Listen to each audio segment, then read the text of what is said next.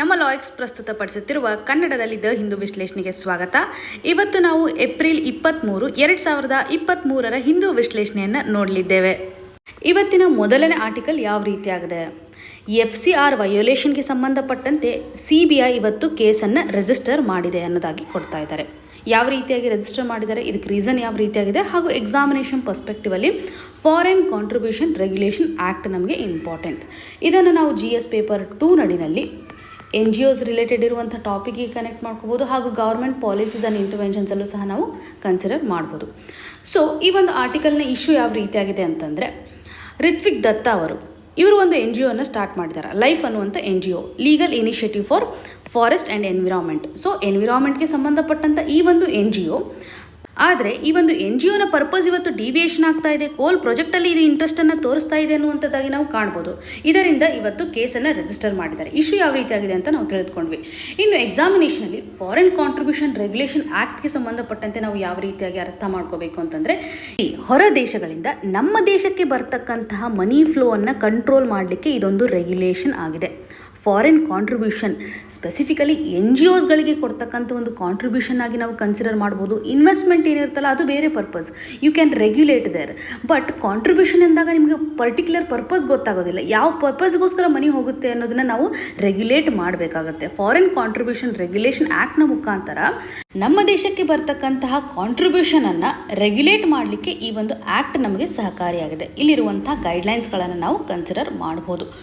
ಹಾಗೂ FCRAಯನ್ನು ಯಾವ ರೀತಿಯಾಗಿ ನಾವು ಜಾರಿಗೆ ತಂದಿದ್ದೇವೆ, ಇದರಲ್ಲಿ ಯಾವ ರೀತಿಯಂಥ ಬದಲಾವಣೆಯನ್ನು ಮಾಡ್ತಾ ಬಂದಿದ್ದೇವೆ, ಹಾಗೂ ಪರ್ಟಿಕ್ಯುಲರ್ಲಿ ಯಾವ ಪರ್ಪಸ್ಗೋಸ್ಕರ ನಾವು ಕಾಂಟ್ರಿಬ್ಯೂಷನನ್ನು ಮಾಡ್ತಾ ಇದ್ದೀವಿ, ಯಾವ ರೀತಿಯಾಗಿ ಎಕ್ಸಂಪ್ಷನನ್ನು ಕೊಟ್ಟಿದ್ದಾರೆ, ಒಂದು ವೇಳೆ ಈ ಒಂದು ರೆಗ್ಯುಲೇಷನ್ಸನ್ನು ವಯೋಲೇಟ್ ಮಾಡಿದರೆ ಯಾವ ರೀತಿಯಂಥ ಪನಿಷ್ಮೆಂಟ್ಸನ್ನು ಕೊಡ್ತಾರೆ ಅನ್ನುವಂಥದ್ದಾಗಿ ಕನ್ಸಿಡರ್ ಮಾಡಬೇಕು. ಮೊದಲ ಬಾರಿಗೆ ಈ ಒಂದು ಆ್ಯಕ್ಟನ್ನು ಯಾವಾಗ ಜಾರಿಗೆ ತಂದಿದ್ದಾರೆ ಅಂದರೆ 1976 ಎಮರ್ಜೆನ್ಸಿ ಸಂದರ್ಭದಲ್ಲಿ.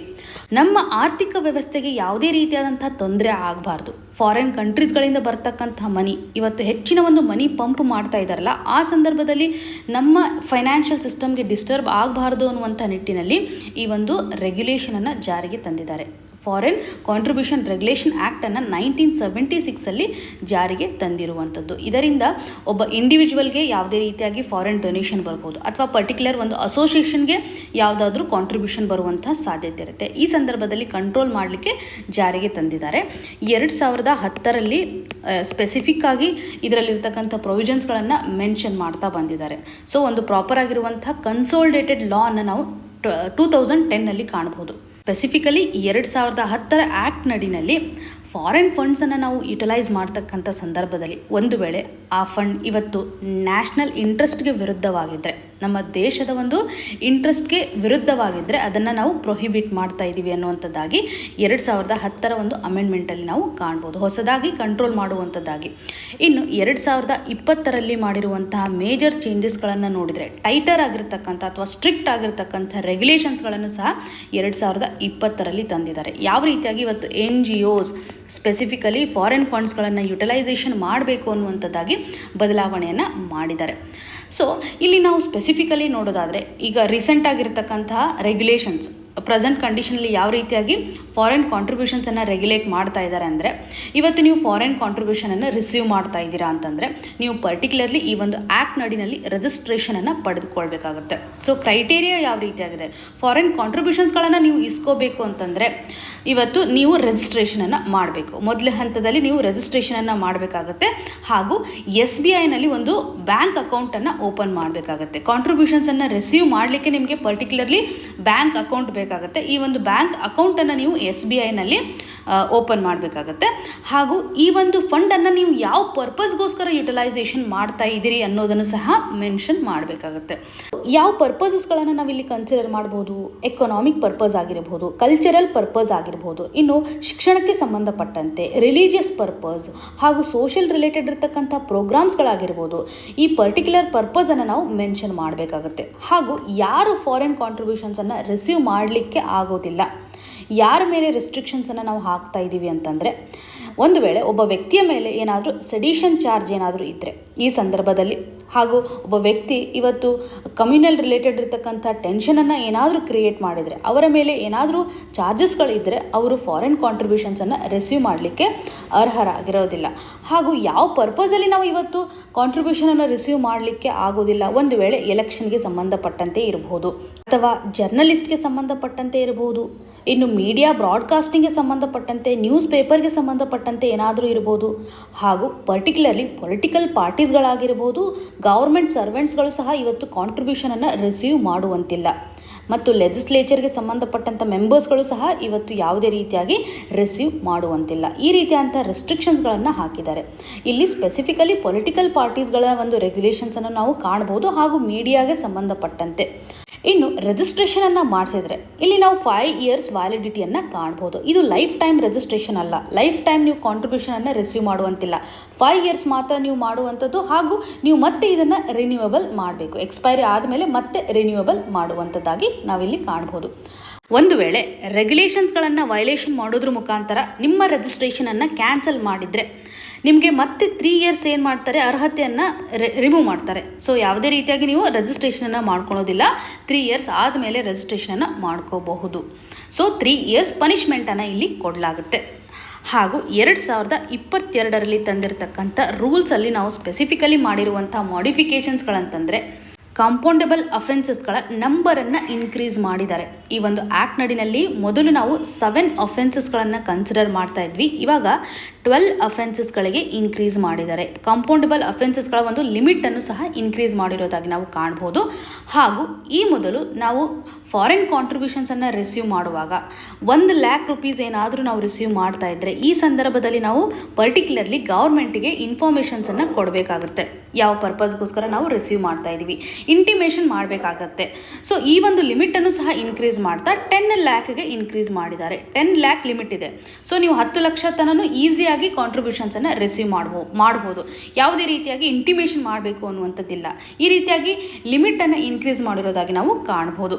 So examination perspectively foreign contribution regulation act ನಮಗೆ ತುಂಬ ಇಂಪಾರ್ಟೆಂಟ್. ಇಶ್ಯೂವನ್ನು ನಾವು ನೆನ್ಪಿಟ್ಕೊಂಡ್ರೆ ಈಸಿಯಾಗಿ ಬ್ಯಾಕ್ಗ್ರೌಂಡ್ ಇನ್ಫಾರ್ಮೇಷನ್ಸನ್ನು ಸಹ ನಾವು ಕನೆಕ್ಟ್ ಮಾಡ್ಕೋಬೋದು. ಇನ್ನು ಮುಂದಿನ ಆರ್ಟಿಕಲ್ ಯಾವ ರೀತಿಯಾಗಿದೆ, ಪಾಸ್ಟ್ ಡೆಕೇಡಲ್ಲಿ ಪೋಲಾರ್ ಐಸ್ ಮೆಲ್ಟಿಂಗ್ನ ಒಂದು ಡೇಟಾವನ್ನು ಕನ್ಸಿಡರ್ ಮಾಡಿದರೆ 7 ವರ್ಸ್ಟ್ ಇಯರ್ಸ್ಗಳನ್ನು ನಾವು ಕಾಣ್ಬೋದು. 10 ವರ್ಷಗಳಲ್ಲಿ 7 ವರ್ಸ್ಟ್ ಇಯರ್ಸ್ಗಳನ್ನು ಕಾಣುವಂತಹ ಸಾಧ್ಯತೆ ಇದೆ ಅಂತ ರಿಪೋರ್ಟ್ ಹೇಳ್ತಾ ಇದೆ. ಇಲ್ಲಿ ಕೆಲವೊಂದಿಷ್ಟು ಸ್ಯಾಟಲೈಟ್ಗಳ ಸರ್ವೆಯ ಆಧಾರದ ಮೇಲೆ, ಸರಿಸುಮಾರು 50 ಸ್ಯಾಟಲೈಟ್ಗಳ ಸರ್ವೆ ಒಂದು ಆಧಾರದ ಮೇಲೆ 2019 ಏನಿದೆಯಲ್ಲ, ಇದು ಹೆಚ್ಚಿನ ಒಂದು ಮೆಲ್ಟಿಂಗ್ ಕಂಡೀಷನನ್ನು ತೋರಿಸ್ತಾ ಇದೆ ಅನ್ನೋದ್ರ ಬಗ್ಗೆ ರಿಪೋರ್ಟ್ ಹೇಳ್ತಾ ಇದೆ. 612 ಬಿಲಿಯನ್ ಟನ್ಸ್ ಅಷ್ಟು ಐಸ್ ಇಲ್ಲಿ ಮೆಲ್ಟ್ ಆಗಿದೆ. ಹಾಗೂ ಒಟ್ಟಾರೆಯಾಗಿ 1992 ಇಂದ 2020 ತನಕ ಇರತಕ್ಕಂಥ ಕಂಡೀಷನನ್ನು ನೋಡಿದರೆ 7560 ಬಿಲಿಯನ್ ಟನ್ಸ್ ಅಷ್ಟು ಐಸ್ ಮೆಲ್ಟ್ ಆಗ್ತಾ ಇದೆ. ಪೋಲಾರಲ್ಲಿರ್ತಕ್ಕಂಥ ಐಸ್ ಮೆಲ್ಟಿಂಗ್ಗೆ ಸಂಬಂಧಪಟ್ಟಂತೆ ಒಂದು ಸರ್ವೆಯನ್ನು ಇಲ್ಲಿ ಕೊಟ್ಟಿದ್ದಾರೆ. ಸೈಂಟಿಸ್ಟ್ಗಳ ಒಂದು ಕನ್ಸನ್ನು ನಾವಿಲ್ಲಿ ಕಾಣಬಹುದು. ಎಕ್ಸಾಮಿನೇಷನ್ ಪರ್ಸ್ಪೆಕ್ಟಿವಲ್ಲಿ ಪೋಲಾರ್ ಐಸ್ ಮೆಲ್ಟಿಂಗ್ ಆಗೋದ್ರ ಮುಖಾಂತರ ಯಾವ ರೀತಿಯಂಥ ಇಂಪ್ಯಾಕ್ಟನ್ನು ನಾವು ಇಲ್ಲಿ ಕಾಣಬಹುದು. First thing is Arctic amplification. Polar ರೀಜನಲ್ಲಿ ನಾವು ಕನ್ಸಿಡರ್ ಮಾಡಿದರೆ ಈ ಪೋಲಾರ್ ರೀಜನ್ಸ್ಗಳಲ್ಲಿ ಆರ್ಕ್ಟಿಕ್ ಆ್ಯಂಡ್ ಅಂಟಾರ್ಕ್ಟಿಕ್, ಈ ಪೋಲಾರ್ ರೀಜನಲ್ಲಿರ್ತಕ್ಕಂಥ ಟೆಂಪ್ರೇಚರನ್ನು ನಾವು ಕನ್ಸಿಡರ್ ಮಾಡಿದರೆ ಬೇರೆ ಎಲ್ಲ ಪಾರ್ಟ್ಗಳಲ್ಲಿ ಇರುವಂಥ ಟೆಂಪ್ರೇಚರ್ ಕಂಡೀಷನನ್ನು ನೋಡಿದರೆ ಹೆಚ್ಚಿನ ಟೆಂಪ್ರೇಚರಲ್ಲಿ ಇರೋದನ್ನು ಕಾಣ್ಬೋದು. ಸೊ ಅಟ್ಮಾಸ್ಫಿಯರಿಕ್ ಟೆಂಪ್ರೇಚರ್ನ ಒಂದು ಡಿಸ್ಟ್ರಿಬ್ಯೂಷನ್ ಏನಿದೆಯಲ್ಲ, ಹೆಚ್ಚು ವಾರ್ಮಿಂಗ್ ಕಂಡೀಷನನ್ನು ಪೋಲಾರ್ ರೀಜನ್ಸ್ಗಳಲ್ಲಿ ಇದು ಕ್ರಿಯೇಟ್ ಮಾಡ್ತಾ ಇದೆ. ಇದನ್ನು ನಾವು ಆರ್ಕ್ಟಿಕ್ ಆಂಪ್ಲಿಫಿಕೇಶನ್ ಅಂತ ಕರಿತಾ ಇದ್ದೀವಿ. ಸೊ ಪೋಲಾರ್ ರೀಜನಲ್ಲಿ ವಾರ್ಮಿಂಗ್ ಕಂಡೀಷನ್ ಇನ್ಕ್ರೀಸ್ ಆಗ್ತಾ ಇರೋದ್ರಿಂದ ಇಲ್ಲಿರುವಂತಹ ಪರ್ಮಾಫ್ರಾಸ್ಟ್, ಇದರಲ್ಲಿ ಕಾರ್ಬನ್ ಡೈಆಕ್ಸೈಡ್ ಹಾಗೂ ಮೀಥೇನ್ ಟ್ರ್ಯಾಪ್ ಆಗಿರುತ್ತೆ, ಇವೆಲ್ಲನೂ ಸಹ ರಿಲೀಸ್ ಆಗ್ತಾ ಹೋಗುತ್ತೆ. ಗ್ರೀನ್ ಹೌಸ್ ಗ್ಯಾಸಸ್ಗಳು ಇನ್ಕ್ರೀಸ್ ಆಗೋದನ್ನು ನಾವು ಕಾಣ್ಬೋದು. ಗ್ಲೋಬಲ್ ವಾರ್ಮಿಂಗ್ ಮತ್ತೆ ಹೆಚ್ಚಾಗ್ತಾ ಇರೋದನ್ನು ಕಾಣ್ಬೋದು. ಆಂಪ್ಲಿಫೈ ಆಗ್ತಾ ಇರುವಂಥ ಕಂಡೀಷನ್ಸ್ಗಳನ್ನು ಕಾಣ್ಬೋದು. ಇದರಿಂದ ಆರ್ಕ್ಟಿಕ್ ಆಂಪ್ಲಿಫಿಕೇಷನ್ನ ಇಂಪ್ಯಾಕ್ಟನ್ನು ಸಹ ನಾವಿಲ್ಲಿ ಕನೆಕ್ಟ್ ಮಾಡ್ಬೋದು.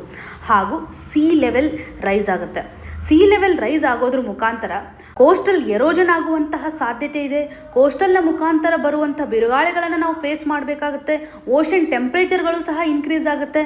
ಸೊ ಇದರಿಂದ ಕಂಪ್ಲೀಟ್ ಆಗಿ ಅಲ್ಲಿರುವಂಥ ಎಕೋಸಿಸ್ಟಮ್ಗೂ ಸಹ ಇಂಪ್ಯಾಕ್ಟನ್ನು ಮಾಡುವಂತಹ ಸಾಧ್ಯತೆ ಇರುತ್ತೆ. ಹಾಗೂ ಪೋಲಾರ್ ರೀಜನಲ್ಲಿರ್ತಕ್ಕಂಥ ಬಯೋಡೈವರ್ಸಿಟಿ ಮೇಲೆ ಇಮಿಡಿಯೇಟ್ ಇಂಪ್ಯಾಕ್ಟ್ ಆಗೋದನ್ನು ಸಹ ನಾವು ಕಾಣಬಹುದು. ಇಲ್ಲಿರುವಂಥ ಪ್ಲಾಂಟ್ ಸ್ಪೀಷೀಸ್ ಆಗಿರ್ಬೋದು, ಆ್ಯನಿಮಲ್ ಸ್ಪೀಷೀಸ್ ಮೇಲೆ ಸಾಕಷ್ಟು ಸರ್ವೈವಲ್ಗೆ ಸಂಬಂಧಪಟ್ಟಂತಹ ಇಂಪ್ಯಾಕ್ಟನ್ನು ನಾವು ಕಾಣಬಹುದು. ಸೊ ಇಲ್ಲಿರುವಂಥ ಫುಡ್ ವೆಬ್ಬು ಸಹ ಇವತ್ತು ಡಿಸ್ಟರ್ಬ್ ಆಗುತ್ತೆ. ಪೋಲಾರ್ ರೀಜನಲ್ಲಿ ಇರ್ತಕ್ಕಂತಹ ಸ್ಪೀಷೀಸ್ಗಳ ಒಂದು ನಂಬರ್ ಮೇಲೂ ಸಹ ಇಂಪ್ಯಾಕ್ಟ್ ಆಗೋದನ್ನು ಕಾಣುವಂಥದ್ದು. ಸೊ ಒಟ್ಟಾರೆಯಾಗಿ ಪೋಲಾರ್ನಿಂದ ಮೇಜರ್ ಇಂಪ್ಯಾಕ್ಟ್ ಯಾವ ರೀತಿಯಾಗಿದೆ ಅಂದರೆ Arctic amplification, sea level rise ಆಗೋದನ್ನು ಕಾಣಬಹುದು, ಬಯೋಡೈವರ್ಸಿಟಿ ಸಹ ಲಾಸ್ ಆಗೋದನ್ನು ನಾವು ಕಾಣುವಂಥದ್ದು. ಎಕ್ಸಾಮಿನೇಷನ್ ಪರ್ಸ್ಪೆಕ್ಟಿವ್ ಅಲ್ಲಿ ಈ ಒಂದು ಆರ್ಟಿಕಲ್ ಇಂದ ಸ್ಪೆಸಿಫಿಕಲಿ ಪೋಲಾರ್ ಐಸ್ ಮೆಲ್ಟಿಂಗ್ ನಿಂದ ಆಗ್ತಕ್ಕಂಥ ಇಂಪ್ಯಾಕ್ಟ್ ಅನ್ನು ನಾವು ಕನೆಕ್ಟ್ ಮಾಡಬಹುದು. ಇನ್ನು ಮುಂದಿನ ಆರ್ಟಿಕಲ್ ಯಾವ ರೀತಿಯಾಗಿದೆ, ಸ್ಟ್ರೇ ಡಾಗ್ಗಳ ಪಾಪ್ಯುಲೇಷನ್ ಅನ್ನು ಕಂಟ್ರೋಲ್ ಮಾಡಲಿಕ್ಕೆ ಬೆಟರ್ ಆಪ್ಷನ್ ಯಾವ ರೀತಿಯಾಗಿದೆ ಅಂತ ನಾವಿಲ್ಲಿ ಕಾಣಬಹುದು. ಸೊ ಇದಕ್ಕೆ ಸಂಬಂಧಪಟ್ಟಂತೆ ನಾವು GS ಪೇಪರ್ 2 ನಡಿನಲ್ಲಿ ಹೆಲ್ತ್ ರಿಲೇಟೆಡ್ ಇರತಕ್ಕಂಥ ಇಶ್ಯೂಸ್ ಆಗಿರಬಹುದು, ಗವರ್ಮೆಂಟ್ ಪಾಲಿಸೀಸ್ ಆ್ಯಂಡ್ ಇಂಟರ್ವೆನ್ಷನ್ ಹಾಗೂ GS ಪೇಪರ್ 3 ನಡಿನಲ್ಲಿ ಹ್ಯೂಮನ್ ಆ್ಯಂಡ್ ಅನಿಮಲ್ ಕಾನ್ಫ್ಲಿಕ್ಟ್ ಅಲ್ಲೂ ಸಹ ನಾವು ಕನೆಕ್ಟ್ ಮಾಡಬಹುದು. ಸೊ ಬೀದಿ ನಾಯಿಗಳಿಂದ ಇವತ್ತು ಮಕ್ಕಳ ಮೇಲೆ ಅಟ್ಯಾಕ್ ಆಗುವಂಥ ಸಾಕಷ್ಟು ಎಕ್ಸಾಂಪಲ್ಸ್ಗಳನ್ನು ಕಾಣಬಹುದು. ಇದನ್ನು ಯಾವ ರೀತಿಯಾಗಿ ಕಂಟ್ರೋಲ್ ಮಾಡಬೇಕು, ಸರ್ಕಾರ ತಂದಿರತಕ್ಕಂಥ ರೂಲ್ಸ್ಗಳು ಯಾವ ರೀತಿಯಾಗಿದೆ, 2001ರಲ್ಲಿ ತಂದಿರುವಂತಹ animal birth control rules ABC ಅಂತ ಇದನ್ನು ಶಾರ್ಟ್ ಫಾರ್ಮಲ್ಲಿ ಕರೀತಾರೆ. ಈ ಒಂದು ಪ್ರೋಗ್ರಾಮ್ ನಡಿನಲ್ಲಿ ಡಾಗ್ಗಳನ್ನು ಕ್ಯಾಚ್ ಮಾಡೋದು. ಸೊ ಡಾಗ್ಗಳನ್ನು ಕ್ಯಾಚ್ ಮಾಡೋದ್ರ ಮುಖಾಂತರ ಅದನ್ನು ಸ್ಟೆರಿಲೈಸ್ ಮಾಡಿದಾದ್ಮೇಲೆ ಇಮ್ಯುನೈಸೇಷನ್ ಅಥವಾ ಏನು ವ್ಯಾಕ್ಸಿನ್ ಅವಶ್ಯಕತೆ ಇರುತ್ತೆ ಅದನ್ನು ಕೊಡುವಂಥದ್ದು. ಈ ನಿಟ್ಟಿನಲ್ಲಿ ಇಂಪ್ಲಿಮೆಂಟೇಷನ್ ಮಾಡುವಂಥ ಹಂತದಲ್ಲಿ ನಾವು ಫೇಲ್ ಆಗಿದ್ದೀವಿ ಅಂತ ಕಾಣ್ಬೋದು. ಯಾಕೆಂದರೆ ಇದನ್ನು ಇಂಪ್ಲಿಮೆಂಟ್ ಮಾಡಲಿಕ್ಕೆ ಸಾಕಷ್ಟು ಹ್ಯೂಮನ್ ಫೋರ್ಸ್ನ ಅವಶ್ಯಕತೆ ಇರುತ್ತೆ, ಫಂಡಿಂಗ್ನ ಅವಶ್ಯಕತೆಯೂ ಇರುತ್ತೆ. ಪ್ರಾಪರಾಗಿ ಇಂಪ್ಲಿಮೆಂಟ್ ಆಗಿಲ್ಲ ಅನ್ನುವಂಥ ಒಂದು ಕನ್ಸರ್ನನ್ನು ಕಾಣ್ಬೋದು. ಈ ಒಂದು ಪ್ರೋಗ್ರಾಮನ್ನು ಯಾರು ಇಂಪ್ಲಿಮೆಂಟ್ ಮಾಡ್ತಾ ಇದ್ದಾರೆ ಅಂದರೆ ಲೋಕಲ್ ಬಾಡೀಸ್, ಮುನ್ಸಿಪಾಲಿಟೀಸ್ ಇರುತ್ತಲ್ಲ, ಮುನ್ಸಿಪಲ್ ಕಾರ್ಪೊರೇಷನ್ಸ್ಗಳಾಗಿರ್ಬೋದು, ಪಂಚಾಯತ್ಗಳು, ಇವರ ಒಂದು ರೆಸ್ಪಾನ್ಸಿಬಿಲಿಟಿ ಆಧಾರದ ಮೇಲೆ ಈ ಒಂದು ಪ್ರೋಗ್ರಾಮನ್ನು ಇಂಪ್ಲಿಮೆಂಟ್ ಮಾಡಲಾಗುತ್ತೆ. ಇದರಲ್ಲಿ ಆಂಟಿ ರೇಬಿಸ್ ಪ್ರೋಗ್ರಾಮ್ ಅನ್ನು ಸಹ ಜಾಯಿಂಟ್ಲಿ ಇನ್ಕ್ಲೂಡ್ ಮಾಡಿದ್ದಾರೆ. ಬಟ್ ಸ್ಟಿಲ್ ನಾವು ಪ್ರಾಪರ್ ಆಗಿರುವಂತಹ ಪಾಪ್ಯುಲೇಷನ್ ಅನ್ನು ಕಂಟ್ರೋಲ್ ಮಾಡಲಿಕ್ಕೆ ಆಗ್ತಾ ಇಲ್ಲ. ಇದರಿಂದ ಆಗ್ತಕ್ಕಂಥ ಒಂದು ಇಂಪ್ಯಾಕ್ಟ್ ಅನ್ನು ತಡೆಗಟ್ಟಲಿಕ್ಕೆ ಆಗ್ತಾ ಇಲ್ಲ, ಡಾಗ್ಗಳ ಒಂದು ಬಿಹೇವಿಯರ್ ಅನ್ನು ಕಂಟ್ರೋಲ್ ಮಾಡಲಿಕ್ಕೆ ಆಗ್ತಾ ಇಲ್ಲ ಅನ್ನುವಂಥದ್ದಾಗಿ ಕಾಣಬಹುದು. ಸೊ ಇದಕ್ಕೆ ಬೆಟರ್ ಆಪ್ಷನ್ ಯಾವ ರೀತಿಯಾಗಿದೆ, ಹೊಸ ಗೈಡ್ಲೈನ್ಸ್ಗಳು ಏನು ಹೇಳುತ್ತೆ, 2023ರಲ್ಲಿ ಇರ್ತಕ್ಕಂಥ ಗೈಡ್ಲೈನ್ಸ್ಗಳ ಒಂದು ಆಧಾರದ ಮೇಲೆ ಪರ್ಟಿಕ್ಯುಲರ್ ಡಾಗ್ ಅನ್ನು ಇವತ್ತು ನಾವು ಅಡಾಪ್ಟ್ ಮಾಡ್ಕೋಬೇಕು. ಪ್ರಾಪರ್ ಆಗಿರುವಂಥ ಓನರ್ಶಿಪ್ಪನ್ನು ಕೊಡೋದ್ರ ಮುಖಾಂತರ ಇದರಿಂದ ಆಗುವಂಥ ಒಂದು ಅಗ್ರೆಸಿವ್ ಆಕ್ಟಿವಿಟೀಸ್ಗಳು ಕಡಿಮೆ ಆಗುತ್ತೆ ಅನ್ನುವಂಥದ್ದಾಗಿ ಕಾಣ್ಬೋದು. ನಾವು ವ್ಯಾಕ್ಸಿನನ್ನು ಕೊಡೋದ್ರ ಜೊತೆಗೆ ಸ್ಟೆರಿಲೈಸೇಷನ್ ಮಾಡ್ತಕ್ಕಂಥ ಒಂದು ಕಂಡೀಷನನ್ನು ಕ್ರಿಯೇಟ್ ಮಾಡೋದ್ರ ಜೊತೆಗೂ ಸಹ ನಾವಿವತ್ತು ಓನರ್ಶಿಪ್ಪನ್ನು ಕೊಡೋದ್ರ ಮುಖಾಂತರ ಆದಷ್ಟು ಇಂಪ್ಯಾಕ್ಟನ್ನು ತಡೆಗಟ್ಟಬಹುದು ಅಂತ ನಮಗೆ ಹೊಸ ಗೈಡ್ಲೈನ್ ಹೇಳ್ತಾ ಇದೆ. ಈ ಒಂದು ಆರ್ಟಿಕಲ್ ಅಲ್ಲಿ ಪ್ರೋಗ್ರಾಮ್ ಪ್ರಾಪರ್ ಆಗಿ ಇಂಪ್ಲಿಮೆಂಟ್ ಆಗಿಲ್ಲ, ಇದರಲ್ಲಿರ್ತಕ್ಕಂತಹ ಲೂಪ್ ಹೋಲ್ಸ್ಗಳನ್ನು ಎಂಫಸಿಸ್ ಮಾಡಿದ್ದಾರೆ. ಇಮ್ಯುನೈಸೇಷನ್ ಪ್ರೋಗ್ರಾಮ್ಗೆ ಸಂಬಂಧಪಟ್ಟಂತೆ ನಾವು ಯಾವ ರೀತಿಯಾಗಿ ಇವತ್ತು ಪ್ರಾಪರ್ ಆಗಿ ಲೋಕಲ್ ಬಾಡೀಸ್ಗಳ ಮುಖಾಂತರ ಅಥವಾ ಎಕ್ಸಿಕ್ಯೂಷನ್ ಲೆವೆಲಲ್ಲಿ ಯಾವ ರೀತಿಯಾಗಿ ತೊಂದರೆ ಆಗಿದೆ ಅನ್ನೋದ್ರ ಬಗ್ಗೆ ಕಾಣಬಹುದು. ಆದರೆ ಎಕ್ಸಾಮಿನೇಷನ್ ಪರ್ಸ್ಪೆಕ್ಟಿವ್ ಅಲ್ಲಿ ಇಂಪ್ಲಿಮೆಂಟಿಂಗ್ ಏಜೆನ್ಸಿ ಯಾವ ರೀತಿಯಾಗಿದೆ, ಈ ಒಂದು ಪ್ರೋಗ್ರಾಮ್ನ ಇಂಟೆನ್ಷನ್ ಯಾವ ರೀತಿಯಾಗಿದೆ ಅಂತ ನಾವು ತಿಳಿದುಕೊಳ್ಬೇಕು. ಮೊದಲೇದಾಗಿ ಇವತ್ತು ಡಾಗ್ ಆಗಿರ್ಬೋದು ಅಥವಾ ಕ್ಯಾಟ್ಗಳ ಒಂದು ಪಾಪ್ಯುಲೇಷನ್ ಅನ್ನು ಕಂಟ್ರೋಲ್ ಮಾಡಲಿಕ್ಕೆ ಅನಿಮಲ್ ಬರ್ತ್ ಕಂಟ್ರೋಲ್ ರೂಲ್ಸ್ ಅನ್ನು ಕಾಣಬಹುದು. ಇಲ್ಲಿ ಅನಿಮಲ್ಸ್ಗಳನ್ನು ಮೊದಲು ಕ್ಯಾಪ್ಚರ್ ಮಾಡಲಾಗುತ್ತೆ, ಸ್ಟೆರಿಲೈಸೇಷನ್ ಅನ್ನು ಮಾಡ್ತಾರೆ ಹಾಗೂ ಮತ್ತೆ ವ್ಯಾಕ್ಸಿನೇಷನ್ ಅನ್ನು ಅಥವಾ ಇಮ್ಯುನೈಸೇಷನ್ ಅನ್ನು ಮಾಡಲಾಗುತ್ತೆ ಅನ್ನುವಂಥ ಪಾಯಿಂಟ್ ಅನ್ನು ನೀವು ಕ್ಲಿಯರ್ ಆಗಿ ತಿಳಿದುಕೊಳ್ಬೇಕು. ಇನ್ನು ಮುಂದಿನ ಆರ್ಟಿಕಲ್ ಯಾವ ರೀತಿಯಾಗಿದೆ, ಗ್ರೇ ಹೇರ್ ಫಾರ್ಮೇಷನ್ ಅಥವಾ ವೈಟ್ ಹೇರ್ ಫಾರ್ಮೇಷನ್ ಯಾವ ರೀತಿಯಾಗಿ ಆಗುತ್ತೆ, ಯಾವ ಸೆಲ್ಸ್ಗಳು ರೆಸ್ಪಾನ್ಸಿಬಲ್ ಇದಾವೆ ಅನ್ನೋದನ್ನ ಈ ಆರ್ಟಿಕಲ್ ಅಲ್ಲಿ ಮೆನ್ಷನ್ ಮಾಡಿದ್ದಾರೆ. ಸೊ ಇವತ್ತು ಗ್ರೇ ಹೇರ್ ಫಾರ್ಮೇಷನ್ ಆಗಲಿಕ್ಕೆ ಮೇಜರ್ ಕಾರಣ ಯಾವ ರೀತಿಯಾಗಿರಬಹುದು, ಲೈಫ್ ಸ್ಟೈಲ್ ಆಗಿರಬಹುದು ಅಥವಾ ಏಜ್ನ ಒಂದು ಆಧಾರದ ಮೇಲೂ ಸಹ ಕಲರೇಷನ್ ಬದಲಾವಣೆ ಆಗುತ್ತೆ. ಇದಕ್ಕೆ ರೆಸ್ಪಾನ್ಸಿಬಲ್ ಆಗಿರುವಂಥ ಸೆಲ್ಸ್ಗಳಂತಂದರೆ ಇಲ್ಲಿ ನಾವು ಕಾಣ್ಬೋದು bulge stem ಸೆಲ್ಸ್ಗಳು, specifically melanocyte stem ಸೆಲ್ಸ್ಗಳ ಒಂದು ಡೆಪಾಸಿಷನನ್ನು ನಾವಿಲ್ಲಿ ಕಾಣ್ಬೋದು. ಈ ಮೆಲನೋಸೈಟ್ಸ್ಗಳ ಒಂದು ಕಾಂಪೋಸಿಷನ್ ಅಥವಾ ಇದರ ಒಂದು ಕಾನ್ಸಂಟ್ರೇಷನ್ನ ಆಧಾರದ ಮೇಲೆ ನಾವು ಕಲರೇಷನನ್ನು ನೋಡ್ಬೋದು. ಇದರ ಒಂದು ಆಕ್ಟಿವಿಟಿ ಇವತ್ತು ಕಲರೇಷನನ್ನು ಇನ್ಫ್ಲುಯೆನ್ಸ್ ಮಾಡುತ್ತೆ. ಸೊ ಮೆಲನಿನ್ ಪಿಗ್ಮೆಂಟ್ ಜಾಸ್ತಿ ಇದ್ದರೆ ಡಾರ್ಕ್ ಕಲರೇಷನನ್ನು ಕಾಣ್ಬೋದು, ಮೆಲನಿನ್ ಪಿಗ್ಮೆಂಟ್ ಕಡಿಮೆ ಇದ್ದರೆ ನಾವು ಫೇರ್ ಕಾಂಪ್ಲೆಕ್ಷನನ್ನು ಕಾಣ್ಬೋದು. ಅದೇ ರೀತಿಯಾಗಿ ಇಲ್ಲಿ ಮೆಲನೋಸೈಟ್ಸ್ಗಳ ಒಂದು ಕಾಂಟ್ರಿಬ್ಯೂಷನ್ ಅಥವಾ ಕಾನ್ಸಂಟ್ರೇಷನ್ನ ಆಧಾರದ ಮೇಲೆ ಕಲರೇಷನನ್ನು ಕಾಣುವಂಥದ್ದು. ಸೊ ಮೆಲನೋಸೈಟ್ ಸ್ಟೆಮ್ ಸೆಲ್ಸ್ಗಳ ಆಕ್ಟಿವಿಟಿ ಕಡಿಮೆ ಆಗ್ತಾ ಇರೋದ್ರಿಂದ ಇವತ್ತು ಗ್ರೇ ಹೇರ್ ಫಾರ್ಮೇಷನ್ ಆಗ್ತಾ ಇದೆ ಅಂತ ಸೈನ್ಸ್ ಹೇಳ್ತಾ ಇದೆ. ಎಕ್ಸಾಮಿನೇಷನ್ ಪರ್ಸ್ಪೆಕ್ಟಿವ್ ಅಲ್ಲಿ ನಮಗೆ ಮೆಲನೋಸೈಟ್ ಇಂಪಾರ್ಟೆಂಟ್ ಅಥವಾ ಮೆಲನಿನ್ ಪಿಗ್ಮೆಂಟು ಸಹ ನಮಗೆ ಇಂಪಾರ್ಟೆಂಟ್ ಆಗುತ್ತೆ. ಇದರ ಮೇಲೆ ಕ್ವಶನ್ಸ್ಗಳನ್ನು ಸಾಕಷ್ಟು ಸಾರಿ ಕೇಳಿದ್ದಾರೆ. ಪಿಗ್ಮೆಂಟೇಷನ್ಗೆ ಕಾಂಟ್ರಿಬ್ಯೂಷನ್ ಮಾಡ್ತಕ್ಕಂಥ ಕಾಂಪೋನೆಂಟ್ ಯಾವ ರೀತಿಯಾಗಿದೆ ಅಂತ. ಈ ನಿಟ್ಟಿನಲ್ಲಿ ಮೆಲನೋಸೈಟ್ ಸ್ಟೆಮ್ ಸೆಲ್ಸ್ಗಳು ಇವತ್ತು ಹೇರ್ ಕಲರೇಷನ್ಗೆ ಕಾಂಟ್ರಿಬ್ಯೂಷನನ್ನು ಮಾಡ್ತಾ ಇದ್ದಾವೆ ಅನ್ನುವಂಥ ಪಾಯಿಂಟನ್ನು ನಾವಿಲ್ಲಿ ಕನೆಕ್ಟ್ ಮಾಡ್ಕೋಬಹುದು.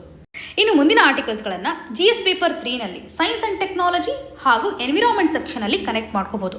ಮೊದಲೇದಾಗಿ ಟೀನೋಫೋರಾ ಇದೊಂದು ಮರೈನ್ ಇನ್ವರ್ಟಿಬ್ರೇಟ್ ಸ್ಪೀಷಸ್. ಇದನ್ನು ನಾವು ಕಾಮನ್ಲಿ ಕೋಮ್ ಜೆಲ್ಲೀಸ್ ಅಂತಲೂ ಸಹ ಕರಿತಾ ಇದ್ದೀವಿ. ಈ ಒಂದು ಟೀನೋಫೋರಾ ಸ್ಪೀಷಸ್ನ ಮುಖಾಂತರ ನ್ಯೂರಲ್ ಸಿಸ್ಟಮ್ ಯಾವ ರೀತಿಯಾಗಿ ಡೆವಲಪ್ ಆಗ್ತಾ ಬರ್ತಾ ಇದೆ, ಅಂದರೆ ನರ್ವಸ್ ಸಿಸ್ಟಮ್ ಯಾವ ರೀತಿಯಾಗಿ ಒರಿಜಿನನ್ನು ಹೊಂದಿತ್ತು, ಇದರ ಬಗ್ಗೆ ಸ್ಟಡಿ ಮಾಡಲಿಕ್ಕೆ ಈ ಒಂದು ಸ್ಪೀಷಸನ್ನು ಯೂಸ್ ಮಾಡ್ಕೋತಾ ಇದ್ದಾರೆ ಅಂತ. ಸೊ ಪ್ರಾಪರ್ ಆಗಿರುವಂಥ ಎವಿಡೆನ್ಸನ್ನು ಇಲ್ಲಿ ಕೊಟ್ಟಿಲ್ಲ, ಬಟ್ ಸ್ಟಡಿ ಮಾಡಲಿಕ್ಕೆ ಈ ಒಂದು ಸ್ಪೀಷಸ್ ಸ್ಪೀಷಸ್ ಸಪೋರ್ಟನ್ನು ಮಾಡ್ತಾ ಇದೆ ಅನ್ನುವಂಥದ್ದಾಗಿ ನಾವು ಕನ್ಸಿಡರ್ ಮಾಡ್ಬೋದು. ಹಾಗೂ GS ಪೇಪರ್ 3ನ ಎನ್ವಿರಾನ್ಮೆಂಟ್ ಸೆಕ್ಷನಲ್ಲಿ ಪ್ರೈವೇಟ್ ಲ್ಯಾಂಡ್ ಕನ್ಸರ್ವೇಷನಿಂದ ಇರತಕ್ಕಂಥ ಇಂಪಾರ್ಟೆನ್ಸನ್ನು ಸಹ ನಾವಿಲ್ಲಿ ಕಾಣ್ಬೋದು. ಸ್ಪೆಸಿಫಿಕಲಿ ಬ್ರೆಜಿಲ್ ಸಿರಾಡೋ ಇದೊಂದು ಬೆಸ್ಟ್ ಎಕ್ಸಾಂಪಲ್ ಆಗಿದೆ ಅಂತ ಮೆನ್ಷನ್ ಮಾಡಿದ್ದಾರೆ. ಇವತ್ತು ಪ್ರೈವೇಟ್ ಲ್ಯಾಂಡ್ ಕನ್ಸರ್ವೇಷನ್ನ ಮುಖಾಂತರ ನಾವು ಯಾವ ರೀತಿಯಾಗಿ ಬಯೋಡೈವರ್ಸಿಟಿಯನ್ನು ಪ್ರೊಟೆಕ್ಟ್ ಮಾಡಬಹುದು, ಇದರಿಂದ ಪ್ರೈವೇಟ್ ಎಂಟಿಟಿಗೂ ಸಹ ಒಂದು ರೆಸ್ಪಾನ್ಸಿಬಿಲಿಟಿಯನ್ನು ಕೊಟ್ಟಂಗೆ ಆಗುತ್ತೆ ಅನ್ನುವಂಥ ಒಂದು ಸಜೆಷನ್ನ ಇಲ್ಲಿ ಕಾಣಬಹುದು. ಪ್ರೈವೇಟ್ ಲ್ಯಾಂಡಲ್ಲೂ ಸಹ ಇವತ್ತು ಸಾಕಷ್ಟು ಥ್ರೆಟನ್ ವರ್ಟಿಬ್ರೇಟ್ ಸ್ಪೀಷಸ್ಗಳನ್ನು ನೋಡ್ಬೋದು. ಸರಿಸುಮಾರು 14.5% ಥ್ರೆಟನ್ಡ್ ವರ್ಟಿಬ್ರೇಟ್ ಸ್ಪೀಷಸನ್ನು ನಾವಿಲ್ಲಿ ಕಾಣ್ತಾ ಇದ್ದೀವಿ. ಸೊ ಇದರಿಂದ ನಾವು ಬಯೋಡೈವರ್ಸಿಟಿಯನ್ನು ಕನ್ಸರ್ವ್ ಮಾಡ್ಬೋದು. ಸೊ ಇವರ ಒಂದು ಕಮಿಟ್ಮೆಂಟನ್ನು ಇಲ್ಲಿ ಎಂಫಸಿಸ್ ಮಾಡಿದ್ದಾರೆ. ಯಾವ ರೀತಿಯಾಗಿ ನಾವು ಪ್ರೈವೇಟ್ ಲ್ಯಾಂಡ್ ಕನ್ಸರ್ವೇಷನನ್ನು ಪ್ರಮೋಟ್ ಮಾಡಬೇಕು, ಇದರಿಂದ ಆಗ್ತಕ್ಕಂಥ ಇಂಪಾರ್ಟೆನ್ಸ್ ಬಯೋಡೈವರ್ಸಿಟಿಯನ್ನು ಕನ್ಸರ್ವೇಷನ್ ಮಾಡಲಿಕ್ಕೆ ಸಹಕಾರಿಯಾಗಿದೆ ಅಂತ, ಇದೊಂದು ವ್ಯಾಲ್ಯೂಬಲ್ ರೋಲನ್ನು ಮಾಡ್ತಾ ಇದೆ. ಬಯೋಡೈವರ್ಸಿಟಿಯನ್ನು ಪ್ರೊಟೆಕ್ಟ್ ಮಾಡಲಿಕ್ಕೆ ಸಹಕಾರಿ ಆಗ್ತಾ ಇದೆ ಅಂತ ನಾವಿಲ್ಲಿ ಕಾಣ್ಬೋದು. ಬ್ರೆಜಿಲ್ ಸಿರಾಡೋ ಇದೊಂದು ಎಕ್ಸಾಂಪಲ್. ಹಾಗೂ ನೆಕ್ಸ್ಟ್ ಆರ್ಟಿಕಲ್ ಅಲ್ಲಿ ನಾವು ಎಲಿಫೆಂಟ್ ಸೀಲ್ಸ್ಗೆ ಸಂಬಂಧಪಟ್ಟಂತೆ ಬಿಹೇವಿಯರಲ್ ಪ್ಯಾಟರ್ನ್ ಅನ್ನು ಕಾಣಬಹುದು. ಇದರಲ್ಲಿ ಸ್ಲೀಪ್ ಪ್ಯಾಟರ್ನ್ಗೆ ಸಂಬಂಧಪಟ್ಟಂತ ಇನ್ಫ್ಲುಯೆನ್ಸಿಂಗ್ ಫ್ಯಾಕ್ಟರ್ ಯಾವ ರೀತಿಯಾಗಿದೆ, ಪ್ರಿಡೇಟರ್ಗಳಿಂದ ಇದು ಎಸ್ಕೇಪ್ ಆಗಲಿಕ್ಕೆ. ಸೊ ಎಲಿಫೆಂಟ್ ಸೀಲ್ಸ್ಗಳಲ್ಲಿ ಸ್ಲೀಪಿಂಗ್ ಬಿಹೇವಿಯರ್ ಬದಲಾವಣೆ ಆಗಲಿಕ್ಕೆ ಕಾರಣ ಅಂತಂದರೆ ಪ್ರೆಡೇಟರ್ಸ್ಗಳು ಕೇವಲ 2 ಅವರ್ಸ್ ಮಾತ್ರ ದಿನದಲ್ಲಿ ಮಲಗುತ್ತೆ ಅಂತ. 20 ಮಿನಿಟ್ಸ್ ನ್ಯಾಪನ್ನು ಇದು ತೆಗೆದುಕೊಳ್ಬೋದು, ಶಾರ್ಟ್ ನ್ಯಾಪ್ಸನ್ನು ಇದು ತೆಗೆದುಕೊಳ್ಳುತ್ತೆ. ಸೊ ಮ್ಯಾಮಲ್ ಸ್ಪೀಷಸಲ್ಲಿ ಲೀಸ್ಟ್ ಸ್ಲೀಪ್ ಅಮಾಂಗ್ ಮ್ಯಾಮಲ್ಸ್ ಅನ್ನುವಂಥದ್ದನ್ನು ನಾವಿಲ್ಲಿ ಕಾಣ್ಬೋದು. ಮ್ಯಾಮಲ್ ಸ್ಪೀಷಸ್ಗಳಲ್ಲಿ ಕಡಿಮೆ ನಿದ್ದೆ ಮಾಡ್ತಕ್ಕಂಥ ಸ್ಪೀಷಸ್ ಅಂತಂದರೆ ಎಲಿಫೆಂಟ್ ಸೀಲ್ಸ್. ಸೊ ಎಕ್ಸಾಮಿನೇಷನಲ್ಲಿ, ಅದರಲ್ಲೂ KPSC ರಿಲೇಟೆಡ್ ಇರತಕ್ಕಂಥ ಎಕ್ಸಾಮಿನೇಷನಲ್ಲಿ ನ್ಯೂಸ್ ಪೇಪರಲ್ಲಿ ಇರ್ತಕ್ಕಂಥ ಈ ಫ್ಯಾಕ್ಚುಯಲ್ ಇನ್ಫಾರ್ಮೇಷನ್ಸನ್ನು ಡೈರೆಕ್ಟಾಗಿ ನಿಮಗೆ ಸ್ಟೇಟ್ಮೆಂಟ್ ವೈಸ್ ಅಥವಾ ಸಿಂಗಲ್ ವರ್ಡಲ್ಲಿಯೂ ಸಹ ಮೆನ್ಷನ್ ಮಾಡಿರ್ತಾರೆ. ಸೊ ಈ ನಿಟ್ಟಿನಲ್ಲಿ ಎಲ್ಲ ಆರ್ಟಿಕಲ್ಸ್ಗಳನ್ನು ನಾವು ಇಂಪಾರ್ಟೆಂಟ್ ಆಗಿ ಕನ್ಸಿಡರ್ ಮಾಡಬಹುದು. ಇವತ್ತಿನ question of the day section ಅಡಿನಲ್ಲಿ ಬ್ಯಾಲೆನ್ಸ್ ಆಫ್ ಪೇಮೆಂಟ್ಸ್ಗೆ ಸಂಬಂಧಪಟ್ಟಂತೆ ಕರೆಂಟ್ ಅಕೌಂಟ್ಸಲ್ಲಿ ಯಾವ ರೀತಿಯಾದಂತಹ ಕಾಂಪೋನೆಂಟ್ಸ್ಗಳಿದ್ದಾವೆ ಅನ್ನೋದ್ರ ಬಗ್ಗೆ ಕೇಳಿದ್ದಾರೆ. Balance of trade, foreign assets, special drawing rights ಹಾಗೂ ಬ್ಯಾಲೆನ್ಸ್ ಆಫ್ ಇನ್ವಿಸಿಬಲ್ಸ್. ಈ ಕಾಂಪೋನೆಂಟ್ಸ್ಗಳಲ್ಲಿ ಯಾವುದು ಕರೆಂಟ್ ಅಕೌಂಟಲ್ಲಿ ಇನ್ಕ್ಲೂಡ್ ಮಾಡಲಾಗಿದೆ ಅನ್ನೋದನ್ನು ಕಮೆಂಟ್ ಸೆಕ್ಷನಲ್ಲಿ ಮೆನ್ಷನ್ ಮಾಡಿ. ಇದು ಇಂಪಾರ್ಟೆಂಟ್ ಟಾಪಿಕ್, ಎಕನಾಮಿ ಸೆಕ್ಷನಿಂದ ಪ್ರೀವಿಯಸ್ ಇಯರಲ್ಲಿ ಕೇಳಿರುವಂಥ ಕ್ವಶನ್. ಹಾಗೂ ಕಳೆದ ಸೆಷನಲ್ಲಿ ಕ್ರಿಮಿನಲ್ ಲಾ ಯಾವ ಲಿಸ್ಟಲ್ಲಿ ಬರುತ್ತೆ ಅಂತ ಮೆನ್ಷನ್ ಮಾಡಿದ್ವಿ. ಕ್ರಿಮಿನಲ್ ಲಾ ಇರ್ಬೋದು ಅಥವಾ IPCಗೆ ಸಂಬಂಧಪಟ್ಟಂಥ ಏನೇ ಲಾ ಇದ್ದರೂ, ಇಂಡಿಯನ್ ಪೀನಲ್ ಕೋಡ್ಗೆ ಸಂಬಂಧಪಟ್ಟಂಥ ಲಾಸ್ಗಳನ್ನು ನಾವು ಕನ್ಕರೆಂಟ್ ಲಿಸ್ಟಲ್ಲಿ ನೋಡ್ತಾ ಇದ್ದೀವಿ. ಇದನ್ನು ಯಾರು ಕಮೆಂಟ್ ಮಾಡಿಲ್ಲ. ಸೊ ಹಾಗಾಗಿ ಕ್ರಿಮಿನಲ್ ಲಾ ಏನಿದೆಯಲ್ಲ ಇದು ಕಂಪ್ಲೀಟ್ ಆಗಿ ಕನ್ಕರೆಂಟ್ ಲಿಸ್ಟಲ್ಲಿ ಕಾಣ್ಬೋದು. ನ್ಯಾಷನಲ್ ಸೆಕ್ಯೂರಿಟಿಗೆ ಸಂಬಂಧಪಟ್ಟಂತೆ ಇವಾಗ ಡಿಫೆನ್ಸ್ ಇರ್ಬೋದು, ಆರ್ಮ್ ರಿಲೇಟೆಡ್ ಇರ್ಬೋದು, ಇದೆಲ್ಲನೂ ಸಹ ಯೂನಿಯನ್ ಲಿಸ್ಟಲ್ಲಿ ಕಾಣುವಂಥದ್ದು.